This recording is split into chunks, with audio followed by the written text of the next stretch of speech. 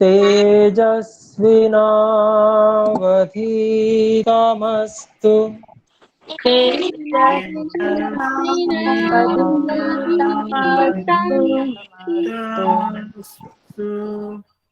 मा विद्विषावहै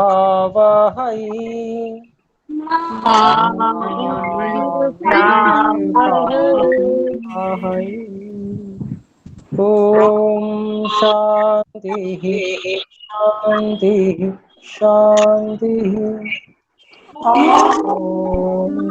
शान्तिः शान्तिः शान्तिः। नमस्ते आचार्य जी। ओम जी नमस्ते। तो आयुर्वेद आजीवन स्वस्थ कैसे रहें, यह विषय, और इस विषय में जो जानकारियां हमें आवश्यक हैं उनको हम जानने का प्रयास कर रहे हैं। और इसमें रोगों के क्या कार्यकाल होते हैं, कैसे कैसे होते हैं, उनके बारे में हम चर्चा कर रहे थे। तो क्रियाकाल जो रोगों के होते हैं वो पूर्व में 4 होते हैं और 2 बाद में होते हैं। तो पहला जो क्रियाकाल है वह दोषों का संचय, ये रोग का क्रियाकाल है पहला। और दूसरा क्रियाकाल है दोष का प्रकोप होना। दोषों का नाम वात पित्त कफ है, इसके विषय में कुछ कुछ हम जान चुके हैं थोड़ा पहले। तो इन दोषों का संचय, इनमें से एक या 2 इनका संचय होता है पहले क्रियाकाल में, रोग के पहले क्रियाकाल में। दूसरे क्रियाकाल में इन दोषों जिनका संचय हुआ वो होता है उसका प्रकोप होता है। फिर तीसरे क्रियाकाल में प्रसर होता है, अर्थात एक स्थान से दूसरे स्थान पर इनका जाना, दोषों का जो प्रकोपित दोष हैं उनका प्रसर, अर्थात एक स्थान से दूसरे स्थान पे जाना। अर्थात वो स्थान जो स्थान शरीर में बलवान नहीं है वहां जाके ये पीड़ित करते हैं तो ये दूसरे स्थान पर जाते हैं। फिर तीसरा क्रियाकाल ये था प्रसर, और चौथा क्रियाकाल जो है वह स्थान संशय, अर्थात एक स्थान जो दोषों की दृष्टि से अनुकूल, शरीर में कमजोर स्थान होता है जहां की ये कष्ट दे सकते हैं, उस स्थान पे जाके टिक जाते हैं ये दोष। अर्थात दोषों में से कोई एक हो सकता है। तो ये 4 पूर्व काल हैं, पूर्व क्रियाकाल हैं रोग के। और जो बुद्धिमान लोग हैं वे इन 4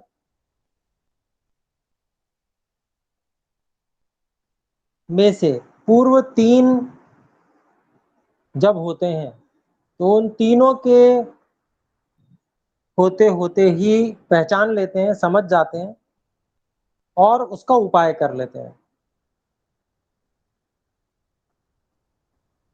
स्थान पर, किसी स्थान पर जाकर टिक जाने के बाद में थोड़ी कठिनाई होती है रोग को ठीक करने में। फिर 5वां जो क्रियाकाल है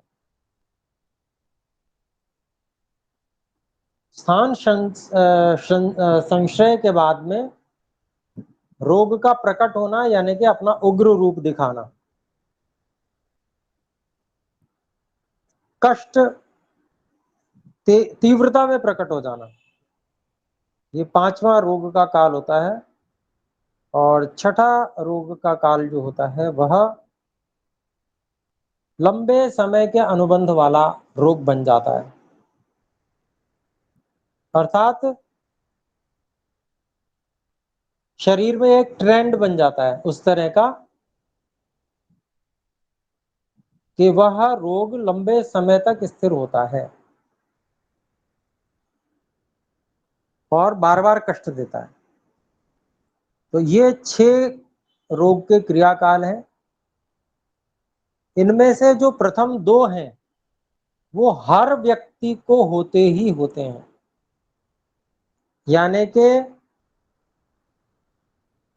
दोषों का संचय सभी को होता है और हर ऋतु में होता है। हर ऋतु में अलग-अलग दोष का संचय होता है। जैसे गर्मी की ऋतु चल रही है, बहुत तेज गर्मी पड़ रही है, तो ऐसे में शीतल आहार विहारों का ग्रहण किया जाता है। शीतल आहार विहार जो है वो कफ और वात बढ़ाने वाले होते हैं। तो कफ और वात का संचय हो रहा है, ऐसा कहा जाता है। मुख्य रूप से वात का संचय होता है, क्योंकि गर्मियों में भारी आहार भी नहीं खाए जाते हैं। जो पाचक अग्नि होती है वो मंद ही होती है। तो कफ वर्धक आहार भारी आहार होते हैं, तो वो नहीं खाए जाते हैं गर्मियों में। हल्के और ठंडे आहार खाए जाते हैं। इसके कारण से वात का संचय होता है। ये संचय सभी का होता है। और फिर दूसरा जो क्रियाकाल होता है,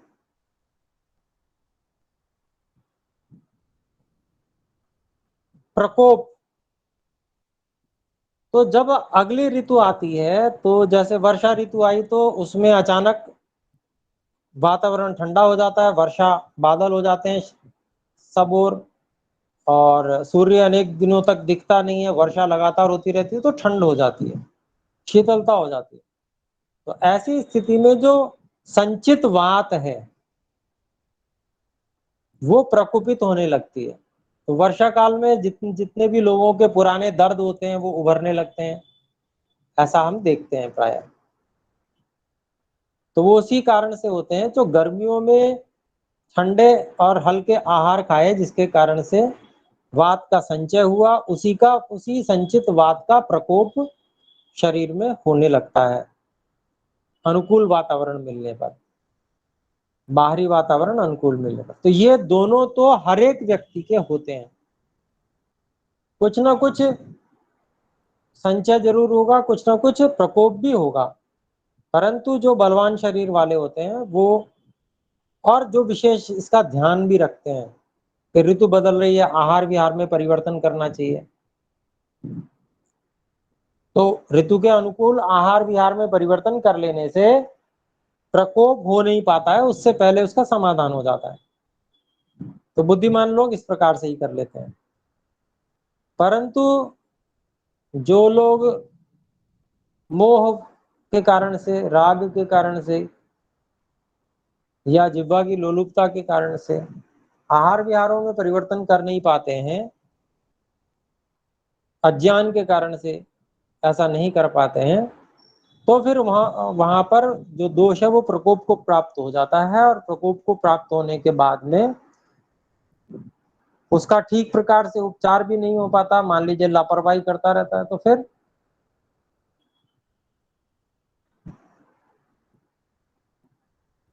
प्रकोप होने के बाद में दोषों का प्रसर होता है दूसरे स्थान पर, एक से दूसरे स्थान पर दोष जाते हैं, कमजोर स्थान ढूंढते हैं शरीर में, और फिर जहां पर जगह मिल जाती है कमजोर, उस जगह फिर वो जाके टिक जाते हैं। ये चौथा रोग का काल होता है। यहां तक भी अगर समझ में आ जाए कि रोग है और इसका उपचार होना चाहिए, उसके प्रति गंभीरता पूर्वक व्यक्ति विचार करके उसको ठीक करने के लिए प्रस्तुत हो जाए, तो चौथे क्रियाकाल तक भी रोग ठीक होने की स्थिति आ जाती है। पांचवा जब उग्र रूप उपस्थित होता है उसका, फिर आदमी लाचार हो जाता है।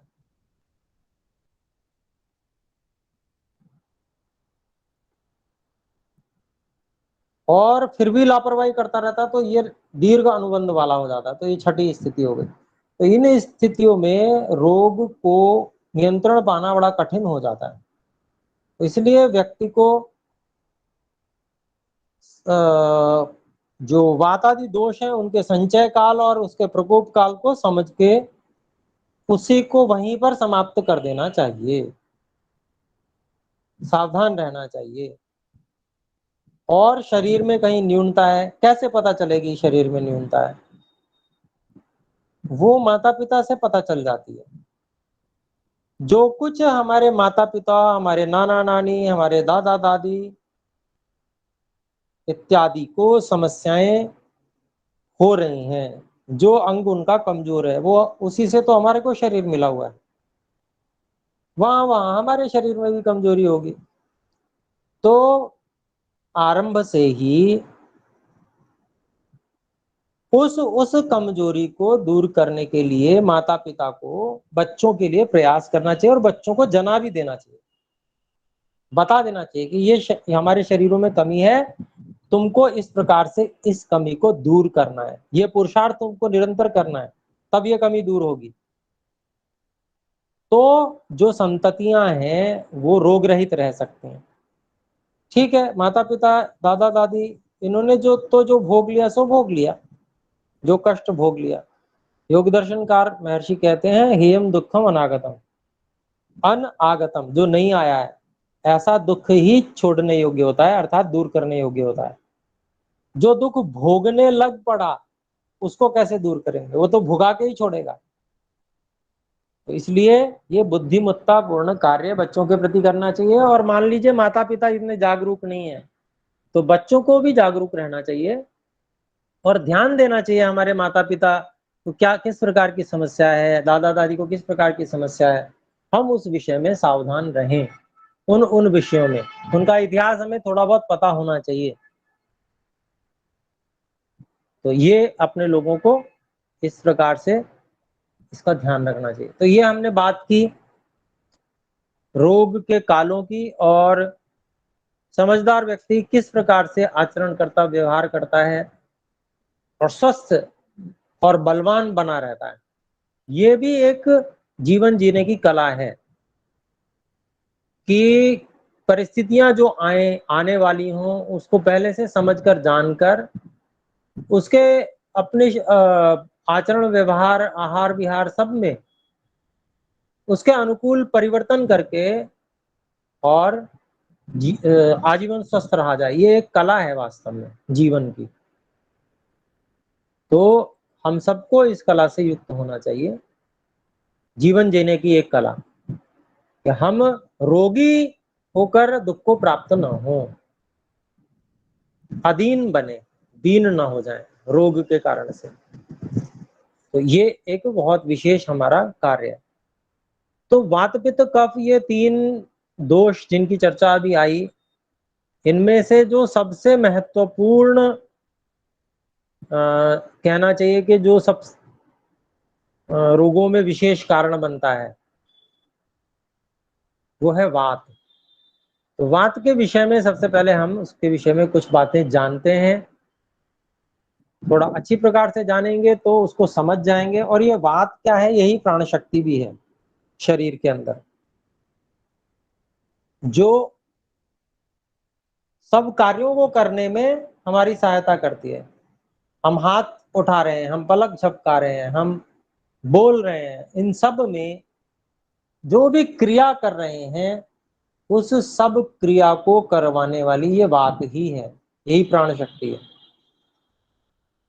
तो इसके क्या गुण हैं,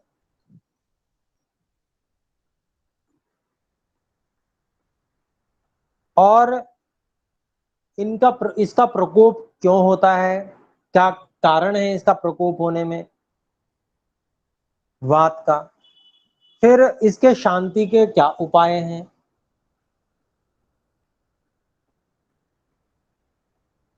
किस प्रकार से शांत किया जाता है इसको।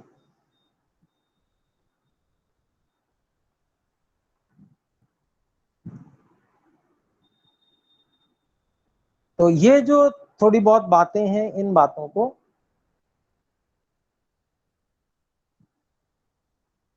हमको समझना है।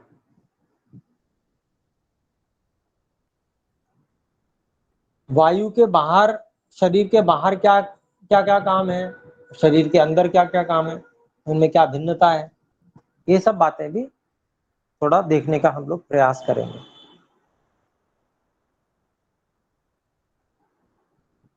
कौन सी स्थिति ऐसी है कि जब वायु प्रकुपित हो जाती है, और जब प्रकुपित हो जाती है तो लक्षण क्या प्रकट होते हैं?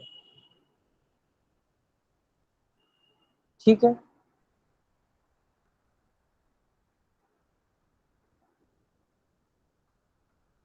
फिर उसके बाद में अगर कुपित नहीं है वायु, सामान्य स्थिति में क्या क्या इसकी उससे क्या उपलब्धि रहती है, क्या कार्य करती है शरीर में, ये भी हमें जानकारी होनी चाहिए, जिससे हम किसी भी उलझन में न फंसे। तो इन सब बातों को लेकर हम अब बात करेंगे। तो वायु के गुण क्या हैं, ये पहली बात हम देखते हैं कि वायु जो है वो रूक्ष है, रूखी होती है वायु। वायु हल्की भी होती है, हल्कापन भी वायु का गुण है। जो भी खाद्य पदार्थ हम देखेंगे जहां पर हमें रूक्षता दिखेगी, स्निग्धता नहीं है, वहां पे रूक्षता है, रूखापन है। जहां उसमें हल्कापन दिखेगा, भारी नहीं है, हल्का है, हल्की चीज है, पचने में भी हल्की है, इस रूप में जो वस्तु देखेंगे तो हम ये समझेंगे कि ये बात यहाँ पर प्रदान होगी, बात बढ़ाने वाली चीज है ये। ऐसे ही ठंडापन, ये भी वायु का गुण है। जो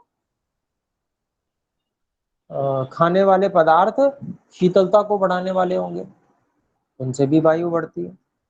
ये तीसरा गुण हो गया, ये वायु का शीतलता, ये गुण हो गया। तो हमने तीन गुण कौन से किए जाने? रूक्षता, रूखापन है होता है वायु में, हल्कापन होता है वायु में, और तीसरा हो गया ठंडापन होता है वायु में। हम देखते हैं, हम चाहे कितना भी गर्म पानी हो, और अगर वो हम कहीं पर सतह पे डालते हैं, थोड़ी देर में ही ठंडा हो जाता है। हवा जैसे ही उस पर लगती है ठंडा हो जाता है।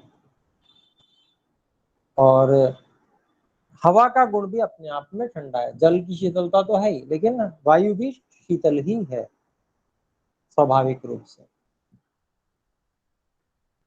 फिर चौथा गुण है कठोरता करने वाला है। वायु जो है कठोर बनाता है किसी भी चीज को। कैसे? सुखाता है उसको। जब कोई भी चीज सूख जाएगी तो कठोर होगी। तो ये गुण, इसको दारुण गुण कहते हैं ये वायु का। तो सुखाता क्यों है वायु किसी भी चीज को? क्योंकि सूक्ष्म है। सूक्ष्म है तो उसके अंदर घुस जाता है, वहां से जो स्निग्धता आदि के वहां पर गुण है, परमाणु है, उनको वहां से विस्थापित कर देता है सूक्ष्म होने से।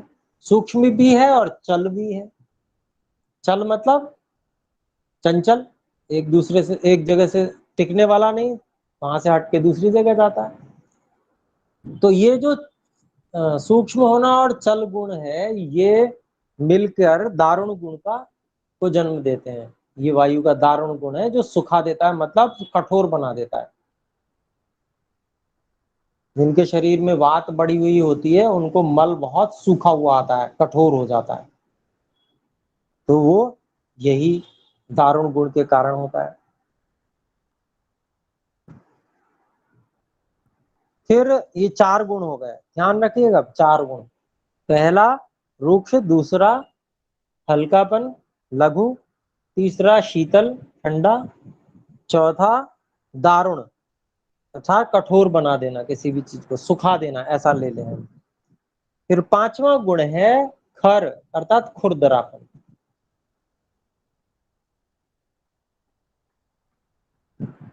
तो वायु जो है उसका स्पर्श होता है, हम जानते हैं, स्पर्श अनुभव भी करते हैं हम। तो वायु का जो गुण है खुरदरापन, ये भी वायु का गुण है, खर है। या हम ऐसा कह सकते हैं ये खुरदरापन उत्पन्न कर देती है वायु। अगर कहीं लगातार चलती रहे, कहीं लगातार लगती रहे वायु, तो वहां खुरदरापन उत्पन्न कर देगी, ऐसा समझ सकते हैं। और छठा गुण इसका है विशद। विशद का मतलब होता है जिसमें पिच्छिलता ना हो। पिच्छिलता कहते हैं लिबलिबापन।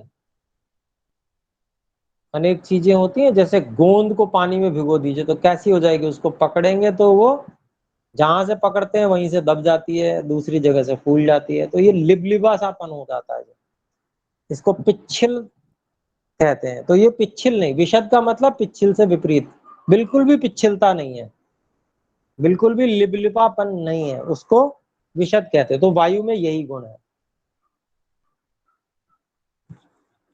तो ये मोटे मोटे गुण हमको वायु के समझ में आते हैं। तो हमको, हम में से जिसको भी वात का प्रकोप होता है, इनमें से एक या दो गुण या तीन गुण हो सकते हैं वहां पर कारण में। हम आहार लेते हैं तो उसमें ये कोई गुण हो सकते हैं, जैसे हमने बहुत ठंडे आहार ले लिए, तो ठंडे आहार लेने से जब वात का प्रकोप होगा, तो उस वात के प्रकोप को शांत करने के लिए हमें ठंडे का विपरीत उष्ण गुण से चिकित्सा करनी पड़ेगी। वहां पर स्निग्धता इतनी काम नहीं आएगी, वहां पर कोई भारी आहार वो भी काम नहीं आएगा, सुखाने वाला भी कोई चीज काम नहीं आएगी। काम आएगी तो क्योंकि शीतलता के कारण से वात प्रकोप हुआ है, इसलिए उष्णता काम आएगी।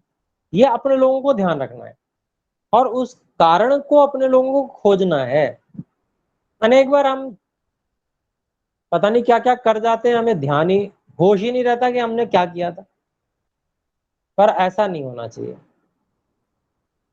हमको उसका कारण यदि ठीक ठीक पता चल जाता है तो हम बड़ी आसानी से उपचार कर सकते हैं और समस्या में से बाहर आ सकते हैं।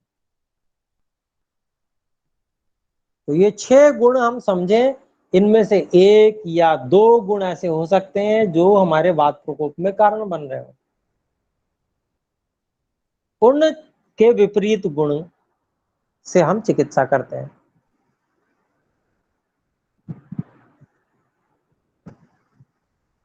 तो वायु का प्रकोप किन किन गुणों से होता है, वो यही बात है कि जिन गुणों का, जो गुण वायु के हैं, उन्हीं गुणों से युक्त आहार विहार को करना, वो वायु के प्रकोप में कारण होगा। वायु बढ़ेगी उससे। अब जब वायु बढ़ेगी, वायु का संचय होगा, तो प्रकोप काल में जब अवसर मिलेगा तो वो प्रकोप भी हो जाएगा। तो वायु के प्रकोप के कारण यही जो गुण वायु के हैं, इन इन गुणों से युक्त आहार विहारों का सेवन करना, अर्थात अगर हम यूं कहें कि रूक्ष वस्तुओं आहार विहारों का सेवन करना, ये वात प्रकोप में कारण है। हल्के आहार विहारों का ग्रहण करना, ये वात प्रकोप में कारण है। ठंडे आहार विहारों का सेवन करना, यह वात प्रकोप में कारण है। दारुण अर्थात कठोर, सुखाने जैसी आहार विहारों का सेवन करना, ये भी वात प्रकोप में कारण है। ऐसे ही जो खुरदरे पदार्थ हैं, खर, उन आहार विहारों का सेवन करना, ये वात प्रकोप में कारण है।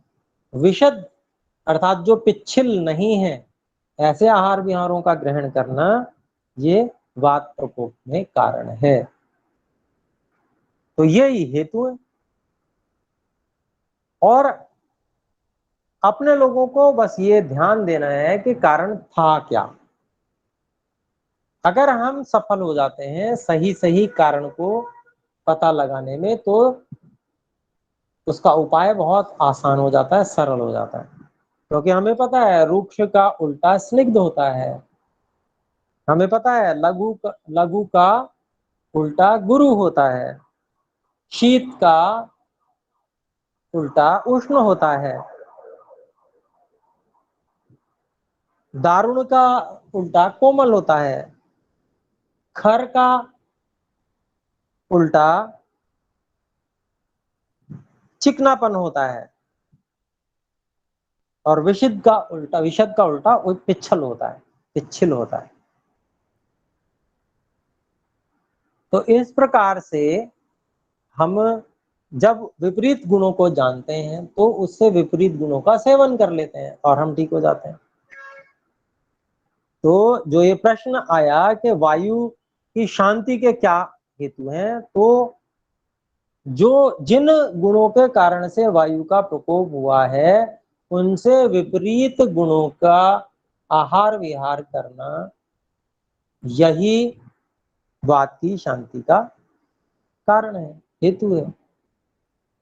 अब देखिए कितनी सरलता से ऋषि लोग बताते हैं और कितनी सरलता से समझ में आ जाता है। और आहार विहार कैसे, कौन से रुक्ष हैं, कौन से हल्के हैं, ये प्रायः हम बहुत लंबा समय खाते पीते हो गया और हम इनका उपयोग भी करते हैं कि ये पचने में बड़ा हल्का है, ये बहुत बहुत भारी है, ये प्रयोग हम करते हैं। तो वही जो पचने में हल्का है वो लघु है, जो पचने में भारी है वो गुरु है। अब उसमें हम अनेक गुण भी ढूंढ सकते हैं एक ही वस्तु में। तो इस प्रकार से हम बहुत आसानी से केवल आहार विहार में परिवर्तन करके और सदा स्वस्थ रह सकते हैं।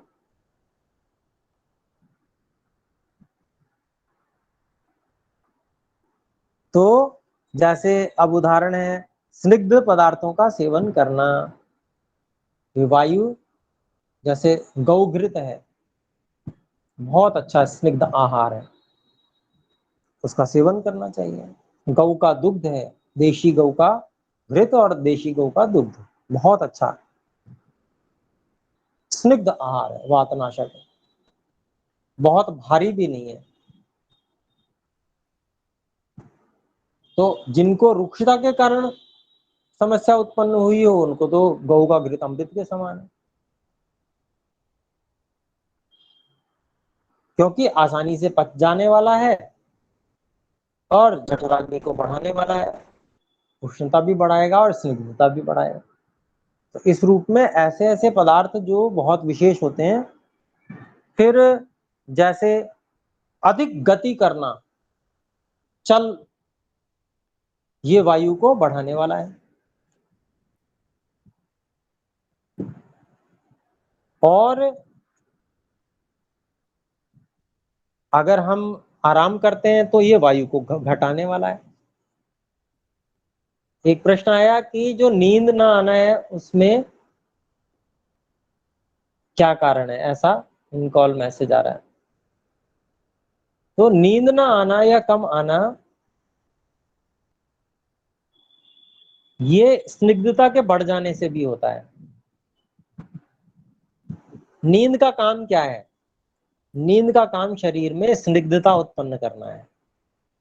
और कोई व्यक्ति पहले से ही अति स्निग्ध है तो उसको नींद कैसे आएगी?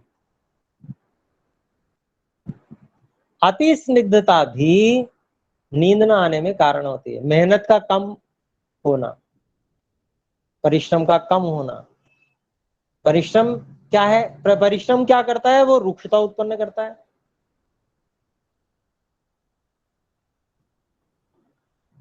तो संतुलन चाहिए परिश्रम का और विश्राम का। ये अलग अलग लोगों पे अलग अलग बातों पे निर्भर कर सकता है कि नींद क्यों नहीं आ रही। जो बहुत दुबले पतले रूक्ष लोग हैं, है ना, उनके लिए ये हो सकता है कि उनको वात वृद्धि के कारण से नींद ना आ रही हो। कम संभावना होती है वात वृद्धि, और वात वृद्धि को कम करने के लिए नींद बड़ा अच्छा साधन है। वात वृद्धि हो रही है, सो जाइए, वात में नियंत्रण आ जाएगा।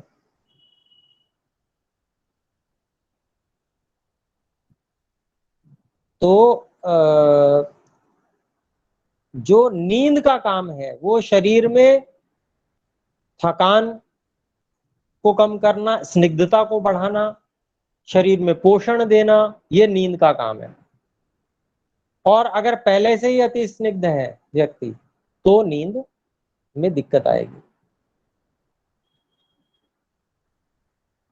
नींद वात को भी वैसे बहुत कंट्रोल करती है, वायु को भी बहुत कम करती है। नींद आ जाए तो बहुत अच्छा आराम मिल जाता है, परंतु नींद आ ही नहीं रही है तो वहां कहीं अनेक प्रकार की वहां समस्याएं हो सकती हैं। तो उसके लिए अनेक चीजें ऐसी हैं जो मस्तिष्क शामक होती हैं। अनेक बार व्यक्ति विचारों के कारण से नहीं सो पाता है, उत्तेजक विचार होते हैं। और वो उत्तेजक विचार का मतलब क्या हुआ, वही बात को बढ़ाने वाले हो गए। तो वो चंचलता उत्पन्न करते रहते हैं, मन की चंचलता को, तो निद्रा आती ही नहीं है। मन में चंचलता किसने उत्पन्न की, वात ने की। और बात को बढ़ाया किसने, वो भी मन के विचारों ने। तो बहुत अधिक जिसको कहते हैं विचार करना, सोचना, ये भी वात को बढ़ाने वाला होता है और निद्रा रुक जाती है। तो चलिए ठीक है, यहाँ पर हम वात की शांति के लिए, अच्छा समय भी हो गया, तो यहाँ पर हम जो चर्चा कर रहे हैं इसको हम आगे बढ़ाएंगे। ये वायु जो है बहुत विशेष है और इसको बहुत अच्छे से समझना चाहिए अपने आप को, अपने को, और प्रयास करना चाहिए कि वायु को हम, अर्थात प्राणों को नियंत्रण में रख सकें। तो ये सब कुछ संतुलित आहार विहार और विचार से होता है। हम अपने किसी तृष्णा से युक्त हो जाते हैं, किसी क्या कहते हैं उसको, तृष्णा से युक्त हो जाते हैं, लोकेशना से युक्त हो जाते हैं, तो भी हम आवश्यकता से अधिक विचार करने लग जाते हैं। हमारी लोकेशना इतनी बड़ी हो जाती है कि हम उस पर नियंत्रण ही नहीं रख पाते, और फिर हम अपने विचारों पे नियंत्रण नहीं रख पाते, और हम सोचते ही रहते हैं, सोचते ही रहते हैं। तो अधिक सोचना क्या है, रूक्षण करने वाला है, रूक्षता उत्पन्न करने वाला है ये। तो रूक्षता जिससे उत्पन्न होगी उससे बात बढ़ेगी, चंचलता बढ़ेगी। मन की चंचलता जहां बढ़ेगी वहां पर निद्रा की न्यूनता हो जाएगी, और शरीर में भी बात बढ़ सकती है, दर्द भी बढ़ सकते हैं उससे। तो मन को संतुलित रखते हुए, तृष्णाओं से, तृष्णाओं से अपने आप को बाहर निकालते हुए, संतुष्ट रहते हुए, ईश्वर के प्रति समर्पित रहते हुए जितना भी हम जीवन जीते हैं, उससे एक मन का संतुलन बनता है, और फिर उससे भी अच्छी नींद आती है, और शरीर भी स्वस्थ रहता है। तो आहार निद्रा ब्रह्मचर्य, ये तीन चीजें तो उपस्तंभ बताए ही हुए हैं उसमें, तो ये भी आवश्यक है। और मस्तिष्क शामक औषधियों से भी हम सहयोग ले सकते हैं, जैसे कि शंख पुष्पी है, ब्राह्मी है, और आपकी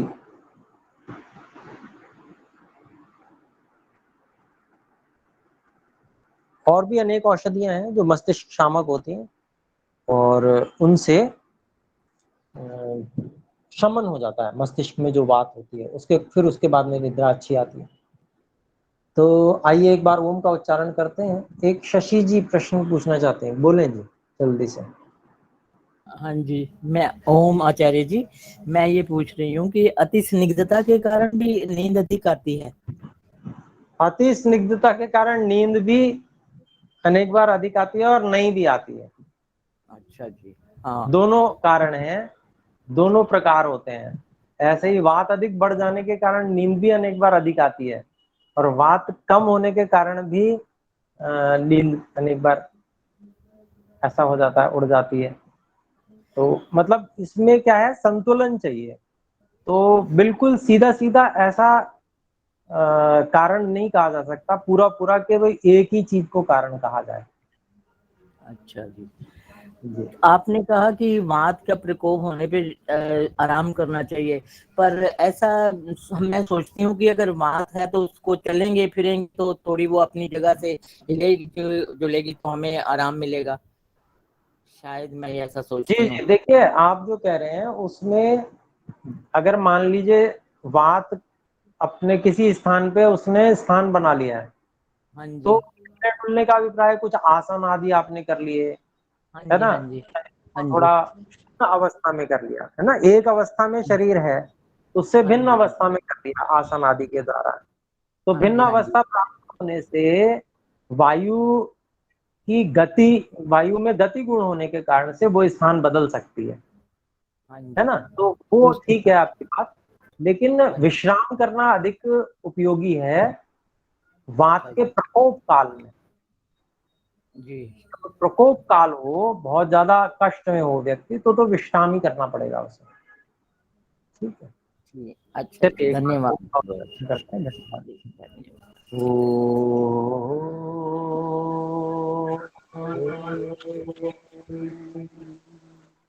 सभी को सादर नमस्ते। सादर नमस्ते सादर आचार्य नमस्ते, जी, सभी को धन्यवाद आचार्य नमस्ते जी। जी। और